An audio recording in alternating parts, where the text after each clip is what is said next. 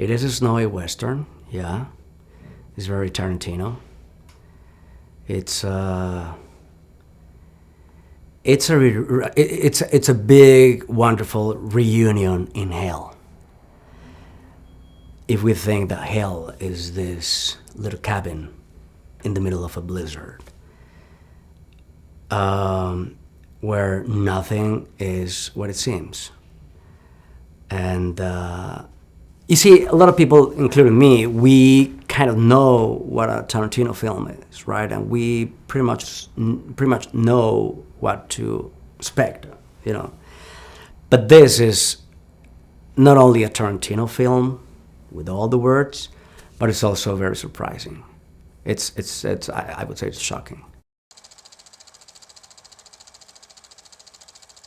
The biggest surprise for me in this movie was the depth of the human being of Michael Madsen and his ability as an actor. I never saw him be given roles where I could see more about who he was than the kind of persona that he was asked to do. But he is the most caring surprise package I've seen in 60 years. It's one of those pictures where, you know, even when I read it, I'm still kind of going, wow. I mean, I think it's about a lot of different things. I think it's about society. I think it's about the psychological boundaries that people have with each other. I think it's about friendships, and it's about betrayal. It's about all these different things. Where it's like a whole bunch of subjects with a cowboy hat on it. You know what I mean? It's fascinatingly psychological. It was very much like Kill Bill. He took it out, he showed it to me, and he said, you know, turn to page whatever, and I'd open it up, and he goes, okay, you're Joe Gage, and I said, all right, and he goes, and I'm this guy, and I was like, okay. And we read a couple, like maybe 4 pages, and he goes, okay, that's good, that's it. And it was like, I wish all the auditions were that simple, but he knows me pretty good. I mean, it's my 3rd time around with him, so.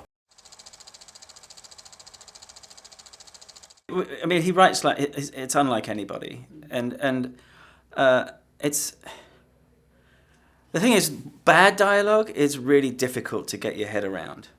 It's hard to learn because you're reacting against it in your head somewhere. With his stuff, it goes in like silk. It's the only thing we tend. It's usually. I mean, he writes with you in mind, or he did in my case anyway. But even if he hadn't, even if it was somebody else's role that you stepped into, it would still be. It flows easy. Und wenn all das letzten Endes zusammenkommt, ist es das, was die zivilisierte Gesellschaft unter Gerechtigkeit versteht. Nun gut. Wenn die Verwandten und die Freunde der von ihnen ermordeten Person jetzt hier draußen vor der Tür stünden, diese einfach eintreten würden, um sie raus in den Schnee zu zerren und am nächsten Ast aufzuhängen, das würde man Lynchjustiz nennen. Was Sie getan haben, ist mir egal. Wenn ich Sie hänge, ist Ihr Tod keine Genugtuung für mich. Es ist meine Arbeit. And the stuff that we tend to ask Quentin is, okay, give me that line reading again. Okay, got it. That you never want as an actor from any other director. I've never asked a director to give me a line reading. In fact, if they start to give you a line reading, you shut them right down. Because even if they're right, that's the last thing you want to do. But with him, it's specific music in his head that goes through the pen and onto the paper, and he gives it to you. And normally you get it, but sometimes it's you go, I can't quite get it. Give me again and again. Oh, okay, got it. And that's a very odd circumstance. That doesn't exist apart from in Quentin world. The name of the chapter that you meet Chris Mannix in is Son of a Gun, and it's the first thing I read, because you get to that before you get into Chris Mannix speaking, and that says everything there is to say about him. And then over the course of this story, he goes from A, not to B or C or D or E or F, but he goes all the way to Z for him personally.